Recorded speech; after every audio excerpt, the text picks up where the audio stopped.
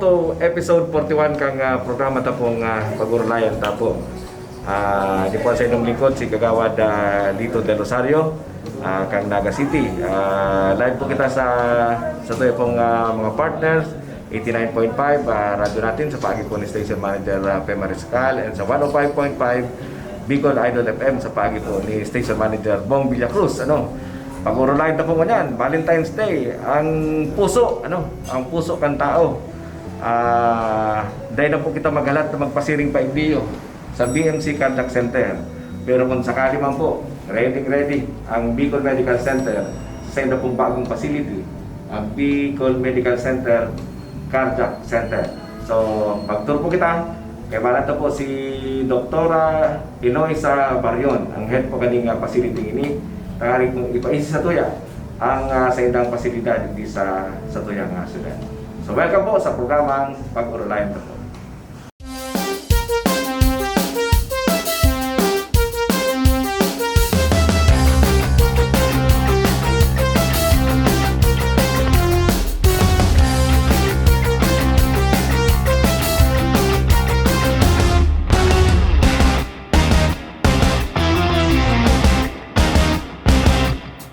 Valentine's Day special kang programa ta pong pag-urulayan ta po Yaman po kita igdi sa bagong pasilidad kang Bicol Medical Center. Urulay po sa puso, Urulay sa puso pero ining urulay ta po kanyan seryoso, may mga bagay po bagang minsan light kita pero may mga bagay pong dapat i-consider ta na related po sa puso. Kay bala ta po kanyan si Doktora Eloisa Barrion, ang head po ng Contact Center sa Bicol Medical Center. Salamat po, Doktora, sa pagpaunra.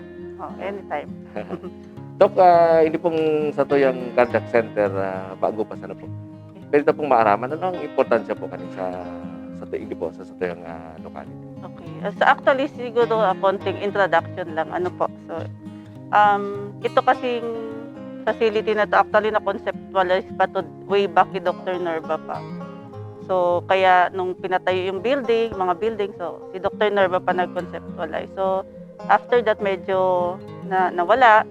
And then, nung 2019, nung yung PGS, sabi nila, actually, nung pinipresent namin, cardiac catheterization lang talaga. Although may operating room na tayo. Ngayon, sabi nila, why don't you build the cardiac center? Parang ayusin na yung cardiac center na sinimula ni Dr. Nerva. Yun, then 2020 pandemic, nagkaroon na. So, nagkaroon ng problema, but we push through. So, sabi ko nga, dedication lang yan eh. Hindi kayang itigil ng pandemic ang gusto mong ibigay sa mga tao. And then, 2020, nag-start kami lahat, yung mga doctors, nurses, mga allied. Nagpa-train pa kami outside ng Bicol Medical Center ng mga nurses, radtech, medtechs. And then, 2021, nag-start na yung operating room. Nag-start na rin yung cardiac catheterization. Mamaya, pwede natin i-tour. And then, ito na yung pinaganda namin because gusto lang namin na sabihin na hindi porket Bicol Medical Center, yun kasi yung connotation ng mga tao eh. Government hospital yan eh. Minsan, connotation nila madumi, mabaho. Hindi kaya. Hindi professional yung So, kung makita nyo, this is parang, pwede nyo ipantay ito sa first class hospitals sa Manila. So, ito yung naging pinaganda namin. The mga equipments, machines is first, ang iba first in the Philippines. Mga nurses namin is well-trained in critical care, well-trained in operating room, even in cardiac catheterization, lahat sila trained. And we assure you yung kung paano kayo inaalagaan kahit sa ibang hospital sa Manila, St. Luke's, Makati Med, ganun rin ang pwede namin ibigay.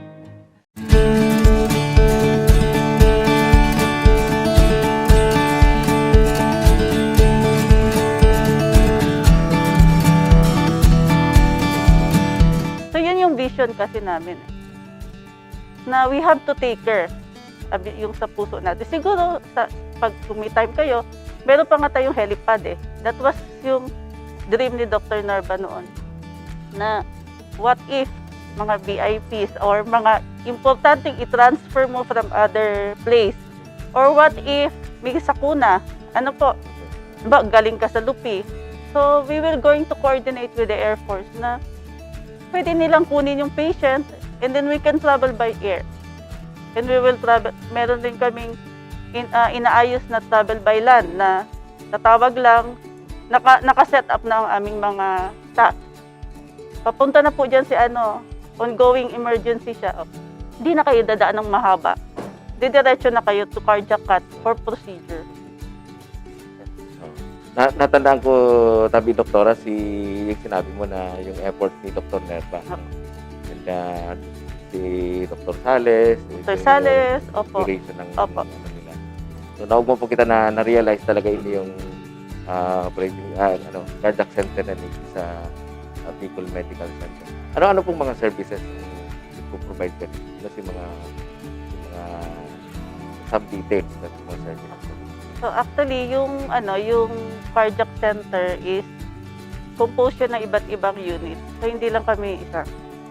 So meron po kaming cardiac catheterization. So anyway, ganito po. Pagpapasok ng pasyente, syempre pupunta muna po kayo sa non-invasive diagnostics.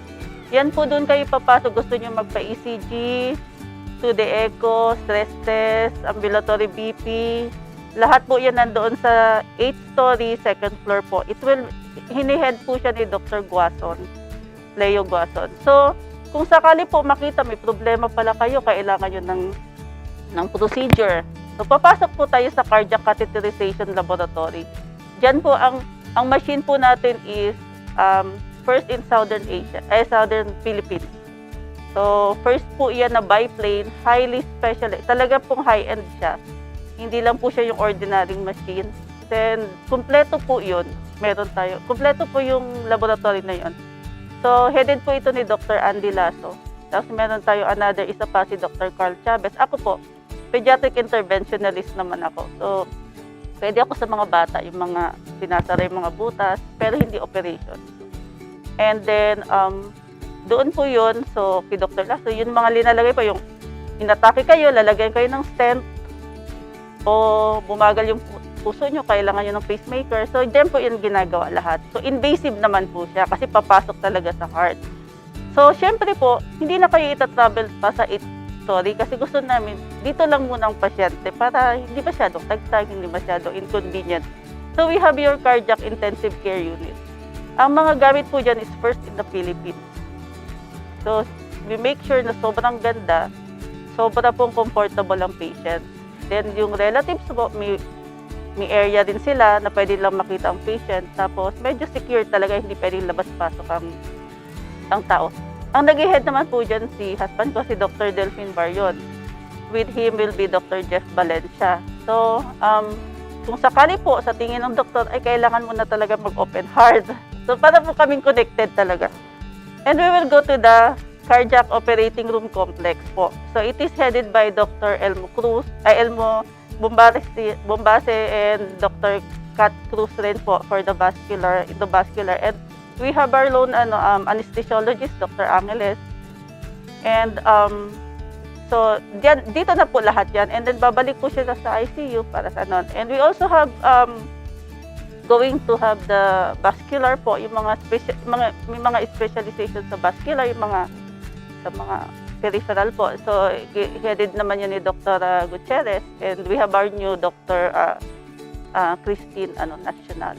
So, marami po kami, and we see to it na medyo hindi na magiging inconvenience sa pasyente na dito kayo, pupunta ka dito, hindi na po. Ayaw na po namin ng gano'n.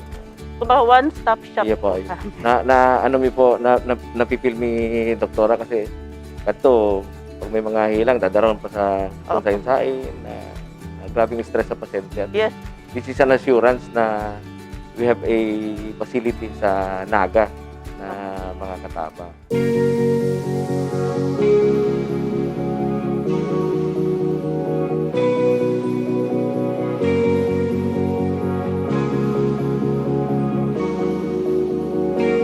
Dok, nung nag-start po ito, ilang months na po ito?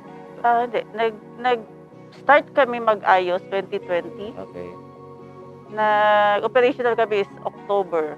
Okay. Okay. So ngayon po, nag-cater rin tayo sa mga patients natin. May mga patients na rin tayong Opo. Actually po, for the cardiac center, hindi po lahat ng may sakit sa puso dito darating kasi limited nga talaga yung dito po dadalhin lang yung mga kailangan namin gawa ng procedure.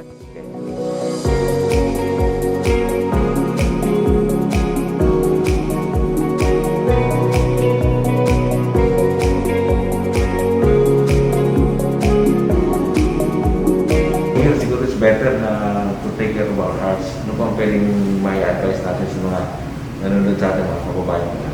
So actually po, ako kasi pediatric, pero syempre simula pagkabata, usually ganun ko, simulan sa pagkabata, tingnan yung yung mother.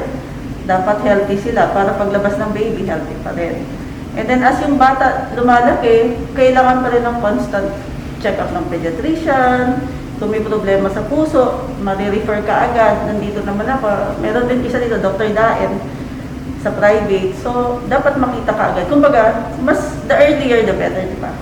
So, habang lumalaki po yun, naging risky tayo. So, syempre sa age pa lang ng mga bata, dapat marunong na sila yung kumain ng tama, mag-exercise. Yung problem natin yung ngayon with the pandemic wala nang activity sa mga bata. And then, syempre, mas iba yung ng pagkain ng mga bata ngayon. So, habang lumalaki, pag teenager, young adults na, dyan na lumalabas yung mga hypertension, nagsastart na uminom, sumigarilyo. So, healthy lifestyle talaga yan actually. Mas binigay namin ito, inopen namin ito kasi nga, alam namin, importante, alam mo pagdating sa puso, hindi naman pwede maghintay yun. Actually, it takes at least, di ba, 4 minutes lang na mag-cardiac arrest ka, delikado na. O what more na ita-transfer ka pa sa ibang hospital. So, yun lang naman. Sa February naman is heart. Siyempre, sinasabi na yung Valentine's Day, pero siyempre, paano kung magkakaroon ng love life kung hindi nga naman healthy ang heart mo, parang gano'n. Celebrate in gracious settings among family and friends. Visit our cafe and experience our delicious menu for group meals. Dids Cafe San Felipe. Awesome and affordable place to eat. Located at Parkview Executive Building in front of Montessori Campus, San Felipe, Naga City. Dids Cafe is now accepting cake reservations. You can call us at 0950-313-3583 or 0917-8769-065. Sa Facebook, hanapin ang Dids Cafe San Felipe.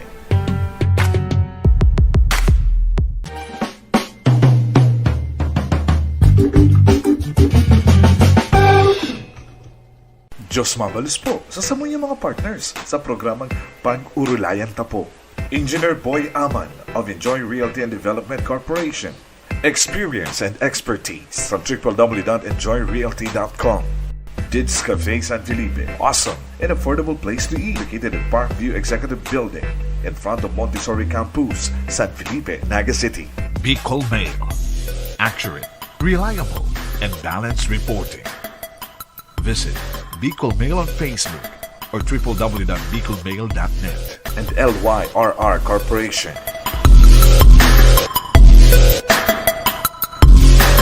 So, mga tugang, sa tao kang stress na sa buhay, di ba? Ganyan, Valentine's Day, sa tao kang mga stresses na always, as advice nga ni Dr. Barion, let's always take care of our hearts, literally and figuratively. Kasi yun ang sarong importanteng organ kang hawak na nagdadara kang gabos. So, hindi po sa Naga, sa Bicol Medical Center, we have this facility na thankful kita gabos na igong araw ka rin. Dakol po sila tarabang. Dakol po mga medical center chiefs kung BMC ang nagre-rescusar kani, mga secretaries of health na nagtarabang, sa mga administrasyon sa national and looking forward na mas pa-establish pa siyang maray for further services sa mga and enhanced services sa mga Bicolano. So, kita po nagtutubod. Ako po personally nagtutubod na dakul ang matatabang kanisa sa ito'y mga kababayan. So, congratulations po sa Bicol Medical Center sa gabos na Rayaw Nigdi. Ako po, namatig mi po ang paglaog pa sa na si Garo Heidi, and ako pagtubod ko na the best of the best ang mga yaong ni Dio. Titiwala kan mga kababayan ta sa indang salud, hindi po sa cardiac center kang Bicol Medical Center. And of course, other services kang BMC. So again, congratulations po sa staff and management kaning center na niyo. And sa mga kababayan ta, always hilingon ta ang sa tuyang puso, pagpataba kang puso, pagpapakaray ka sa tuyang puso, kaya stay healthy. Happy Valentine's Day po sa Gabos, sa tuyang mga kababayan. Mapasalamat ako sa Indo kasi aram ko na bago pa man mag-abot kita sa aldaw na ini, kadakol sa Indo ang kadakol ng ginigibo para suportahan ako. Bako lang pagpapalugaw, kung ano-anong mga community outreach, pati pag-imprenta ng mga tarps, pag-imprenta ng mga t-shirt, pag-gibo ng mga mural, kung ano-anong ginigibo, ako po, sa irarom kan sa kuyang pinakakaibuturan, mapasalamat ako sa Indo. Mapasalamat ako, bako lang sa ngunyan. Pero mapasalamat ako sa halawig na panahon na pigsuportahan nindo si Sakuyang Agum. Kang mayo na siya, pigsuportahan nindo ako. Pero bako lang hanggang sako. Pero sinisuportahan nindo ang City Government of Naga. Na iyo ang pagpapahiling ta na posibleng magkaigwaning malinig sa kamatanos na paggobernar. Lugod, padakos ang suporta nindo sa katanusan dahil iyan ang kaipuhan mi bilang mga lingkod bayan. Kaya mapalos na maray, iyo na iniyo ang fight of our lives. Mapalos